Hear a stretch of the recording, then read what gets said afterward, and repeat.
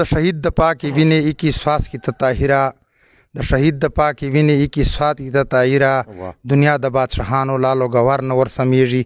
عزتمندو یقینا خبره ده شهدا دي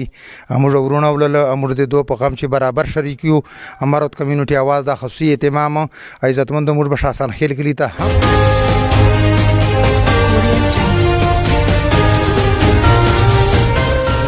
رجیم بسم الله الرحمن الرحیم عزتمندو فرمان مروت د امارت کمیونټي आवाज په پیج موجود ده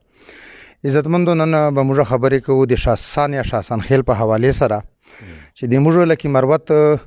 تاسو په د ویډیو وینو دا داسې یو کلایو چې 1 جنوري 2010 چې د مازدیګر په وخت په دغه ګراوند باندې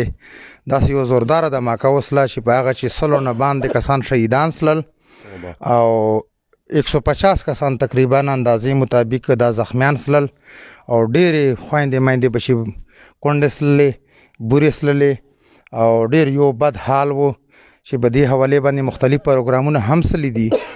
عزتمندو که په یو کلی چې دومره غټه دماکه وسی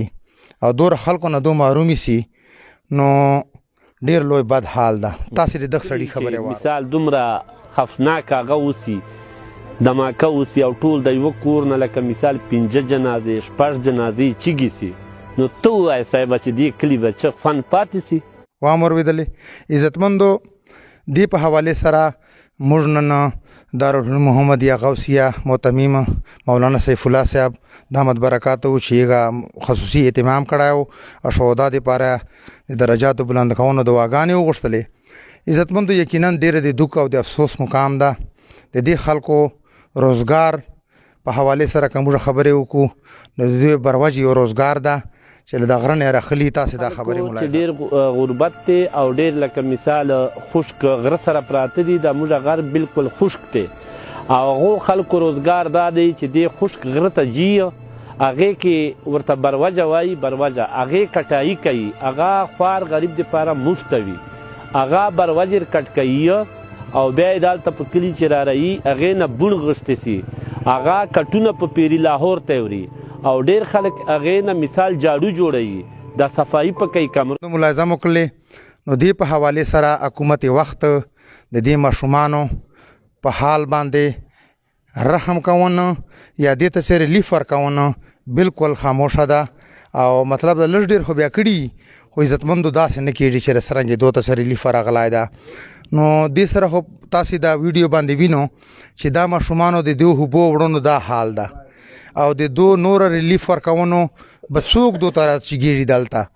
د سره به څوک د سمرسته کوي څوک په دو مدد کوي دالته خو ډیر کورونه پاتې دي ډیر کونډه رنډه پاتې دي مشومان یتیمان تاسو مشومان په ویډیو وینو دا مشومان پاتې دي دی به تعلیم څوک غم کوي حکومت وخو تب څوک د आवाज رسي لکه مروت خانان چسلل لکه مروت دغه دانشور خلک چسلل چې شاسن خیل دماکی باندې ټول ګورنمنټو ته ویل چې موږ به تاسو سره ډیر امداد کوو حالانکه هغه خلک هغه سي در په دردي موږ ډیر لوی دک مقام ده موږ د دوه غم چې برابر شریک یو عزتمند راځو موږ مولانا سیف الله صاحب سره څو خبرې کوو مولانا صاحب دنیا دی په سکرین باندې ویني د شهداي شاسن خیل په حواله سره دنیا ته سوایت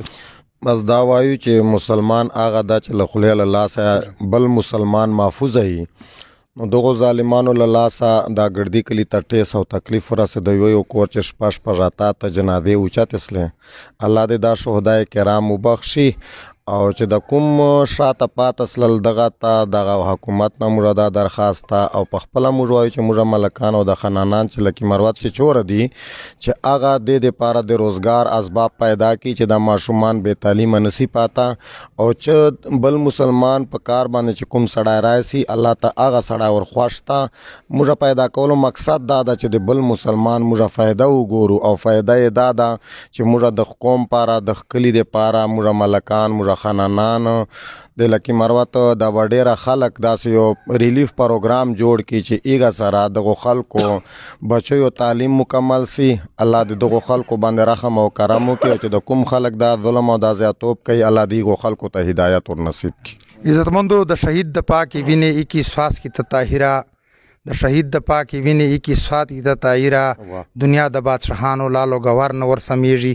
عزتمندو یقینا خبره ده شهدا دي موږ ورونه ولله موږ د دوه په غم چې برابر شریک یو امارت کمیونټي आवाज د خصوصي اهتمام عزتمندو موږ به شاسن خیل کلی ته هم درمو موږ په د سکرین باندې نمبر لګیدلای د کچا موږ سره رابطه کوله ضروری به ور درمو او د دې لپاره به موږ مولانا صاحب د یو ټرست کولاو او د شی به مخیر حضرات کا په سعودي عرب دي کشیر ته دي نو دا به موږ جمع کوو او د شاسن خیل خلک به هم په چیرې خلو او دا خلکو سره به داسې مدد کوو لکه څنګه موږ خپل ورونه خويندې مایندې ځکه چې ژوندۍ تیرونو نام دا نه ده چې ته د صرف خپل ځان ژوندۍ تیروي تر سره ګاونډي به خیال ساتي عزتمندو دا نن ورځ ډیره اهمه ده